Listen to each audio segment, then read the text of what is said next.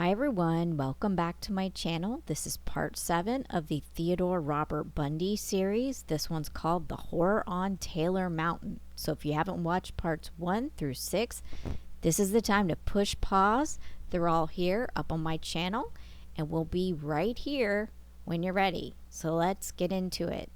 First we have the copyright disclaimer and the trigger warning. These are true crime videos. They're not made for children and they do contain sensitive subject matter, especially this video. So where we left off in part 6, Ted had abducted Carol DeRanch, essentially kidnapping her from the mall, and she gets away from him. And surprisingly, he was so wired up that he went out and found another victim. Regarding stalking victims, Ted will later talk about the Green River Killer, but he's really talking about himself. So let's listen to how he thought about stalking victims. He said that, quote, "This doesn't mean they have to be alone when he first sees them. He may, for example, spot a group of girls and take up a position to surreptitiously watch the group until one of them splits off from the others or is left alone, at which time he would make a move on her." And I posit to you that that is what happened with the next girl, and let's get into it. It's November 8th, 1974, and we're at Viewmont High School in Bountiful, Utah. Deborah Jean Kent, age 17, was at a musical there with her family, and they had left her little brother at the skating rink. I guess he didn't want to watch the musical called The Redhead, and so they were sitting there watching a play, and the play was running 20 minutes late. Ted Bundy has failed to murder Carol DeRanch and she's gotten away, so he needed his release, and this was making him more and more careless. It was about 7:30 and he shows up well dressed to this play, and he's seemingly fixated on Raylan Shepard, who is the drama and the French teacher. At 7:45, he came toward her dressing rooms. He complimented her eyes. He asked if she could help him identify a car, but she was too busy with the play, and he said something like, "Just a second to ID the car." And she suggested she would get some boys or men to help him, and he was like, no. This is a screen capture that Captain Borax has up on his YouTube channel. I believe it's from the play, so go check that out. Ted's wearing a dark sports jacket, patent leather shoes, and he approached Raylan Shepard twice to ask her for help, but again, she was too busy with the play. So then Ted approaches a girl named Kathy Ricks around 9:50, saying he had car trouble and he needed her to help him. Would she come out and hold an item on his car while he attempted to start his vehicle? She said no. So now we have a pretty good idea of the ruse he likely used for Debbie Kent. It's 10:35 and Ted is seen disheveled when he sits down during the theater curtain calls. Probably that was intermission curtain calls, and Raylan saw that his hair was messed up and his shirt tail was out. He was breathing heavily, and then he left after a girl later. So Deborah Kent's brother was supposed to be picked up from the roller rink around 10, but since the play was running late, her plan was to call the roller rink and have him paged. Let him know what the situation was. They were running late. But the roller rink refused to page the child. See, back in the day, they didn't have cell phones. They had landlines. So you'd have to go to a place that had a phone. Sometimes it was a pay phone. Probably not at the school, but they had a pay phone. And you would have to put your money in and then call that other landline and then get them to do what you want to do, which would be to page somebody on a speaker at the roller rink.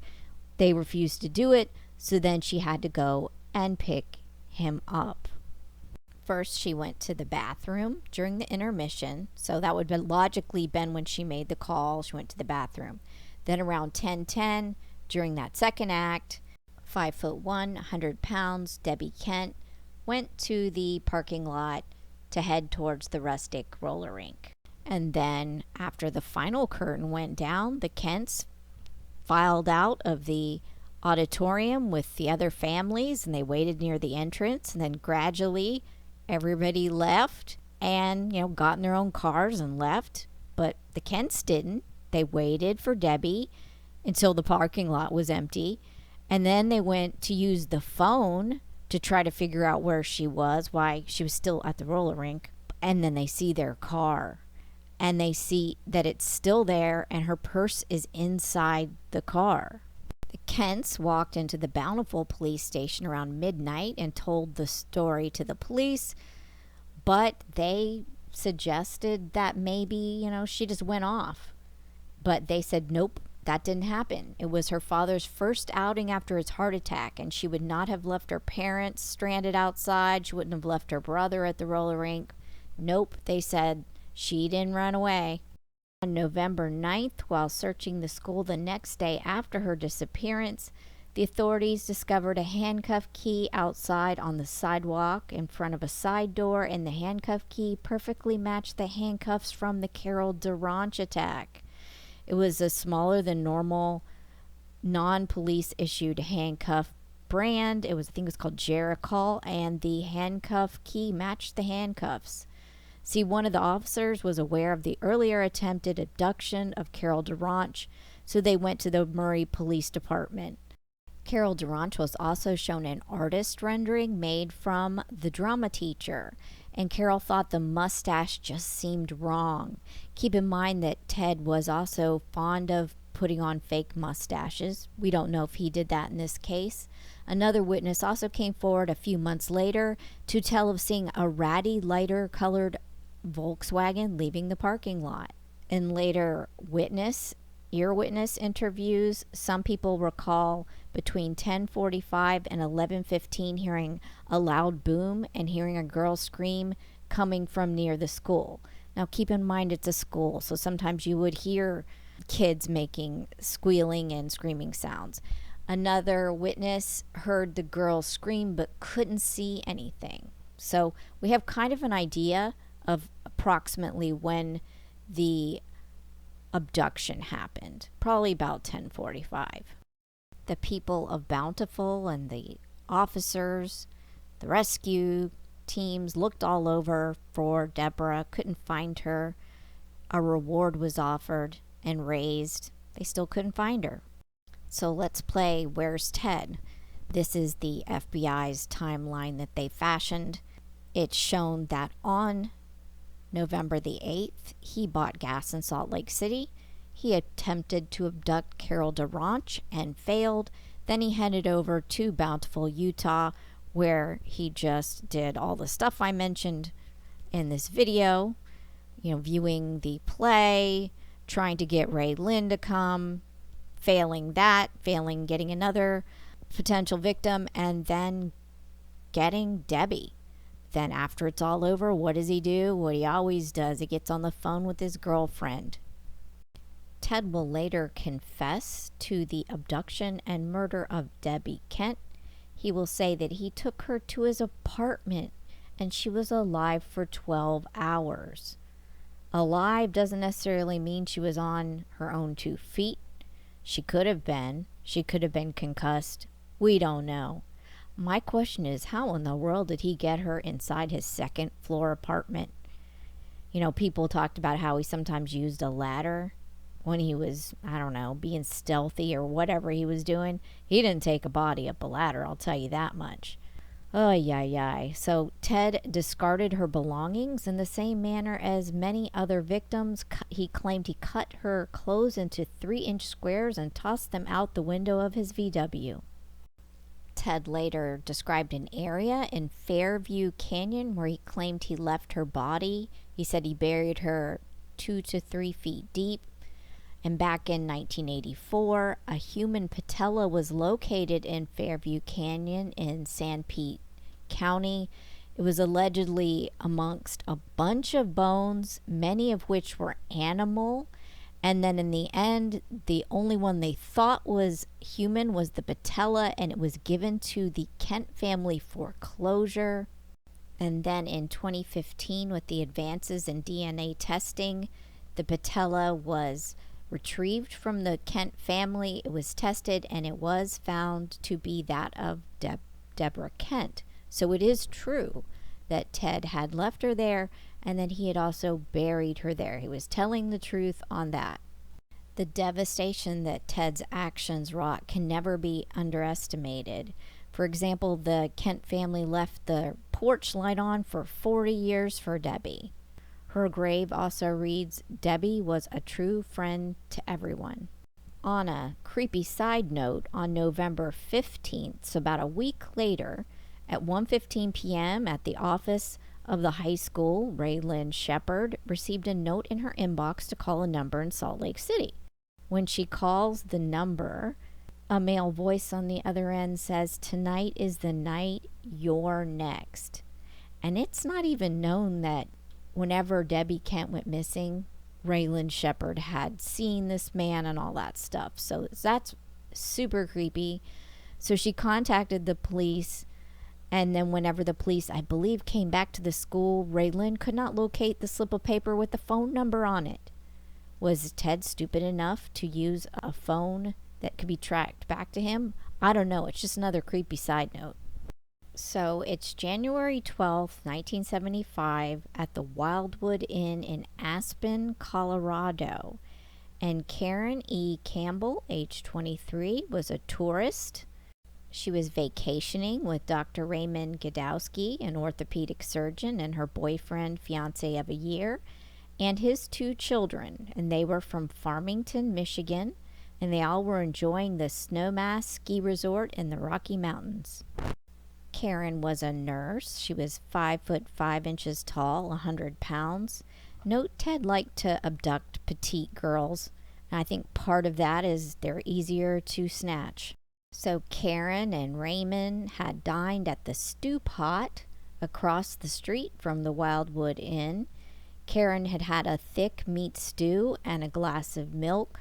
Note that she'd had some stomach issues, and so whenever she initially leaves the lobby and didn't come right back, Raymond just thought her stomach was bothering her.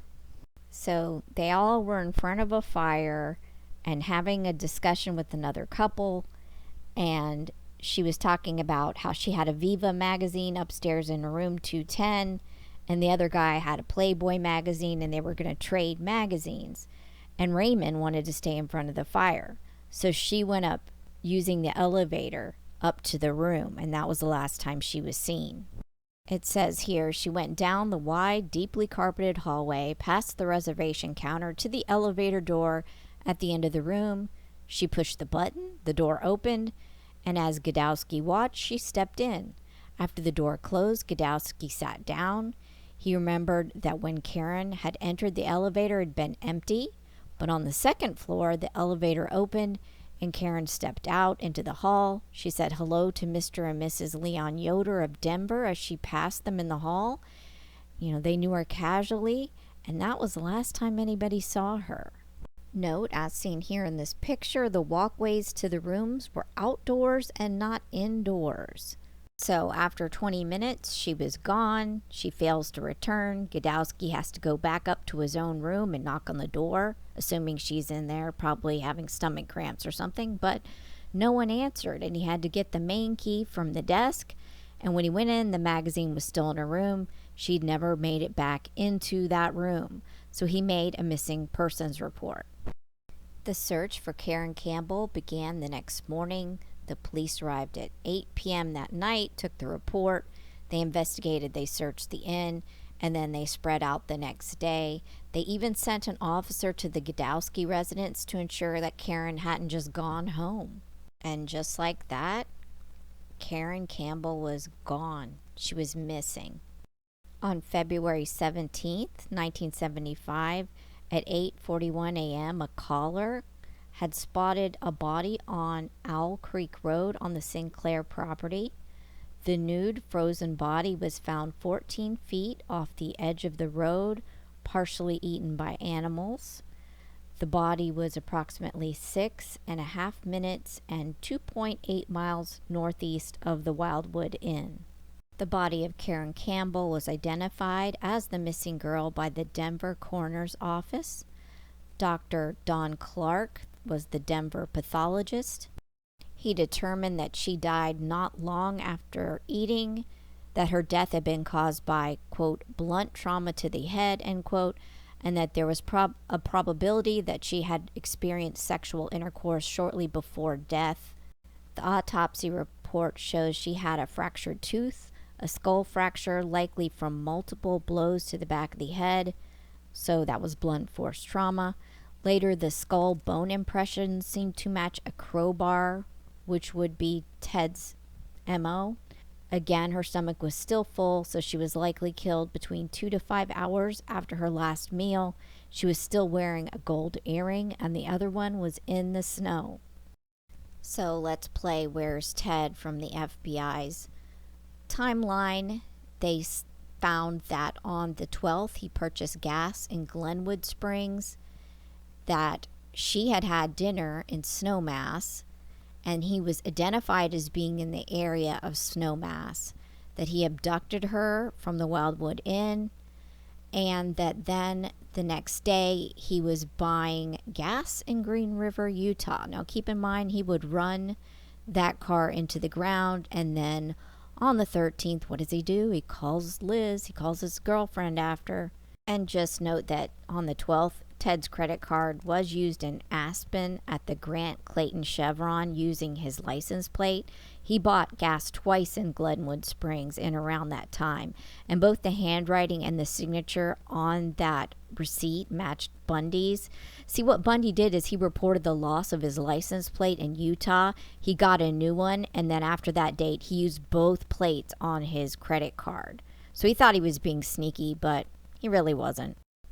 Also, later, when his place is searched, this brochure will be found. It'll also have, I believe, a little X or a little hash mark next to the Wildwood Inn after he proclaimed that he had never even been there. So that's interesting.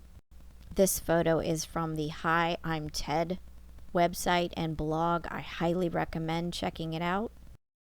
And also later on, when there's search warrants and searches and vacuuming from the Volkswagen, one of Karen's hairs will be linked to Bundy.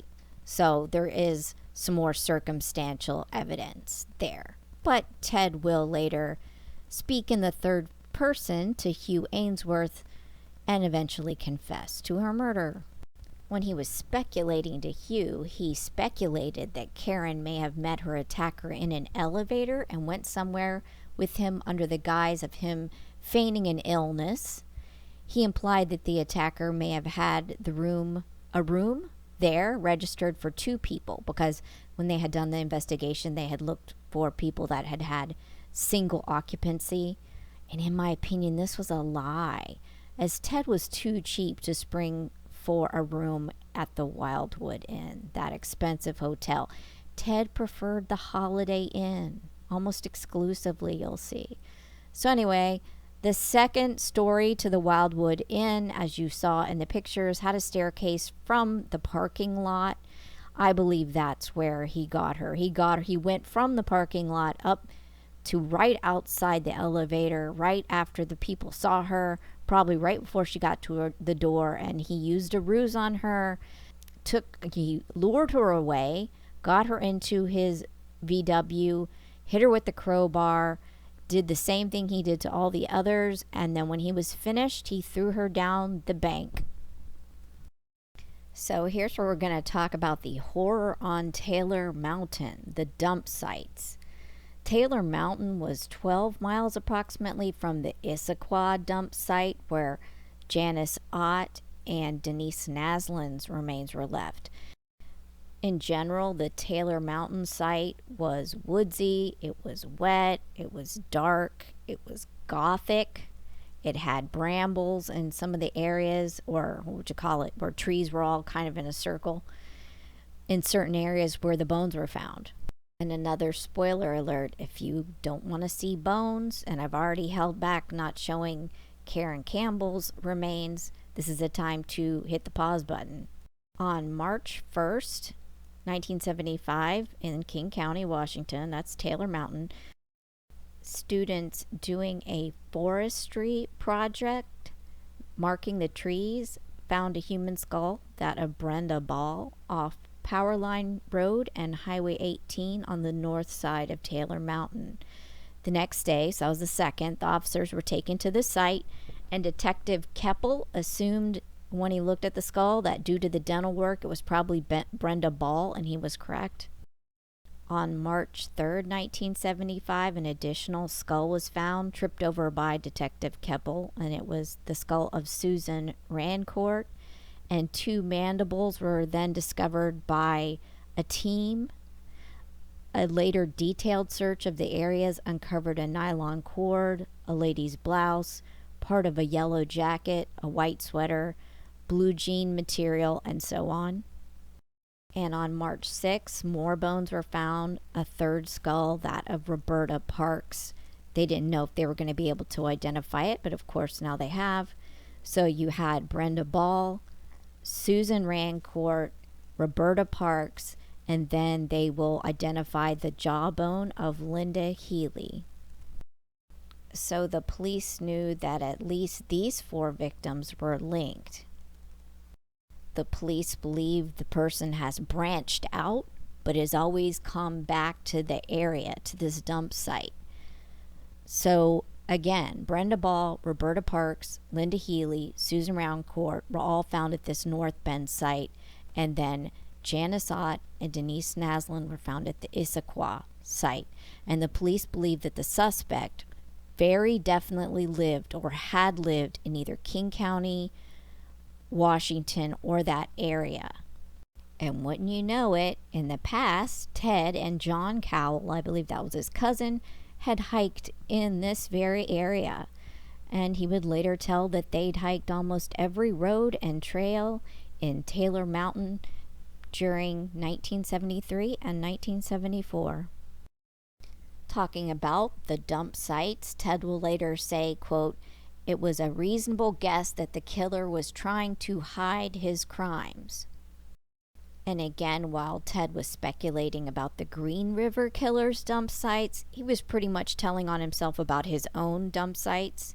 And this is what he said, quote, "They're undoubtedly the most important source of information about the killer anyone has access to. And I'm referring to much more than the bodies themselves and related trace evidence. The sites give an invaluable look into how this man's mind works. It's a place he chose with some care, and he's returned to many times." This came from a letter of October 19th, 1984.